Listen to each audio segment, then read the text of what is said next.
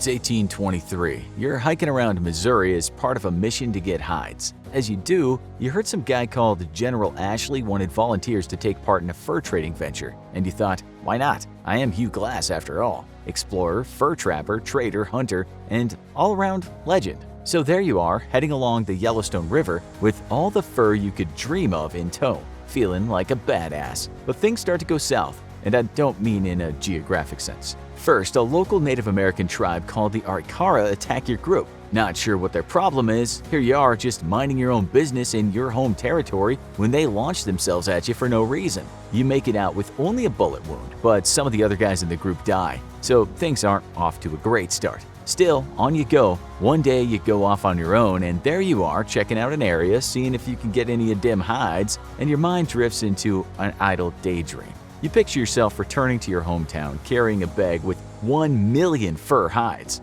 Everyone there is chanting your name and cheering. You're Hugh Glass, the man and the legend, and your name will go down forever in history. Your mother is crying, and that girl who turned you down when you were 16 is begging you for forgiveness. You can almost smell her scent when suddenly you feel something warm and furry rub against your foot. It could almost be a nice feeling if you knew it was just a cat, but you know it's not a cat. You look down nervously. A grizzly bear. A grizzly bleeding bear. And not only that, but a cub. It would be cute if you didn't know that the mother was going to be somewhere around the corner, ready to go crazy at you for threatening her children's lives. And before you can even formulate an action plan, you see her in the corner of your eye, charging at you. It's almost like in your daydream, except the pretty girl has been replaced by a huge grizzly bear. Next thing you know, you're being picked up and scratched and torn apart. You scream in agony, and for a moment you accept your fate. You're ready to surrender your life to the Lord above. You feel like you lived a good life,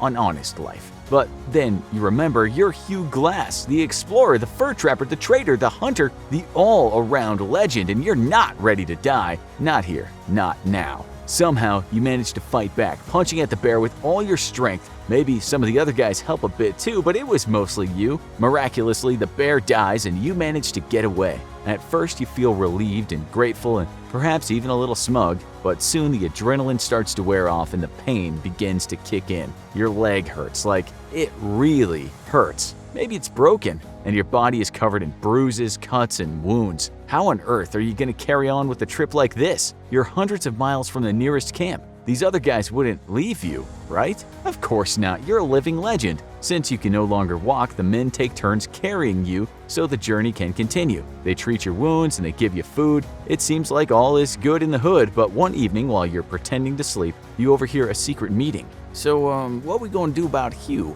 I don't know. I kept thinking those wounds were gonna kill him at any minute, but he just keeps going. He's slowing the group down. We have to carry him the whole way. We put everyone in danger. I could strangle him about now. Absolutely not. We have morals. Two of you can stay behind with him while the rest of us go on ahead. He'll die in a few days, so at least you can stay and bury him when he dies. Well, I'm not doing it. Me neither. So there you are, laid down with your eyes shut, becoming overly conscious of your breathing patterns as your fellow fur traders have this distasteful argument. Eventually, a good old-fashioned monetary bribe persuades two men to volunteer. Some people might scream or cry or in such a dire situation, but not you. That night, you make a pact to yourself that you'll outright refuse to die just to spite them. As the days go on, you pretend you didn't hear a word of that secret conversation, and three of you hike through the forest, joking and making merry.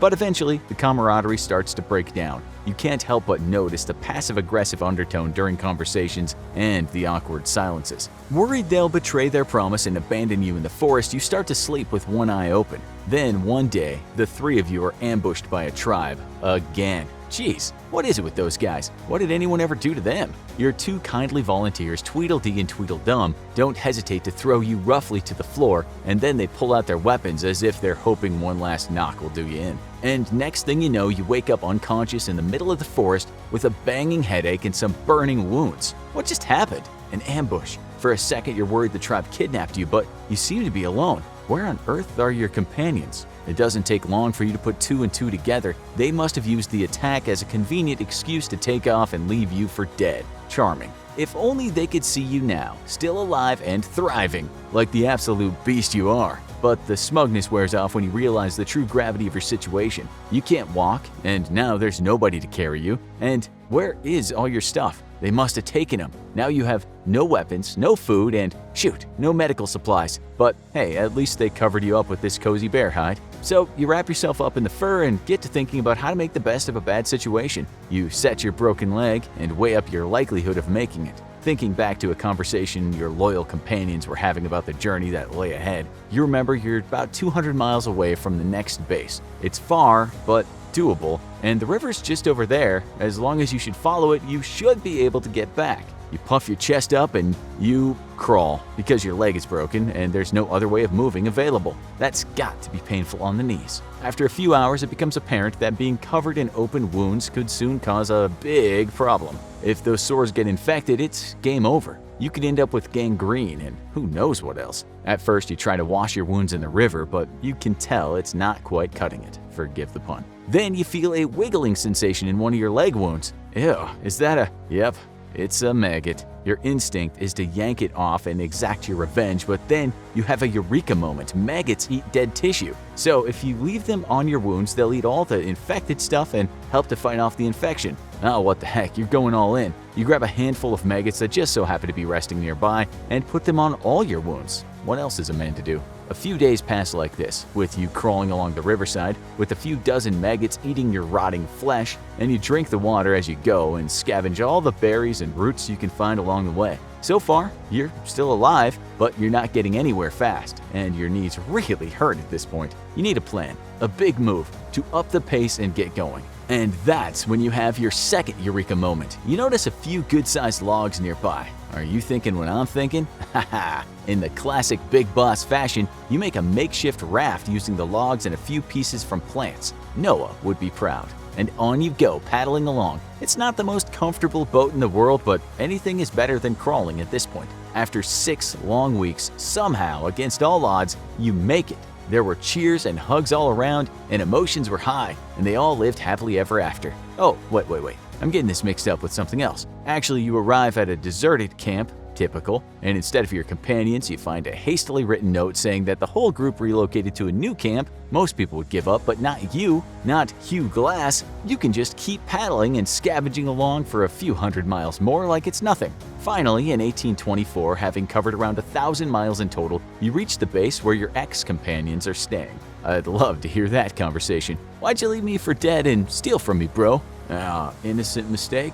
You decide not to cast blame on the younger companion. He's inexperienced and was probably easy to influence in such an extreme high-pressure situation. The older guy, on the other hand, he knew exactly what he was doing. So one day you walk into the fort where you know the man is based and demand a confrontation. Your mind dizzy at the thought of finally extracting your revenge. Unfortunately, he'd become a soldier, meaning he had government protection, so your request was denied. But you vow you'll wait as long as it takes until you can finally give him what he deserves. It's quite the tale, right? If you ever watched The Revenant, you might have picked up on a few discrepancies between the story that's just unfolded and what happened to Leonardo DiCaprio. And that's because A, Hollywood, and B, we basically have no idea what really happened. Some say that Glass's wounds healed halfway through the expedition and he was able to walk again. Others claim he was picked up by French trappers on his way back, and one story alleges he once woke up to find a grizzly bear licking his infected wounds. Because that all sounds believable. To be honest, I figure if everyone else was rewriting history, then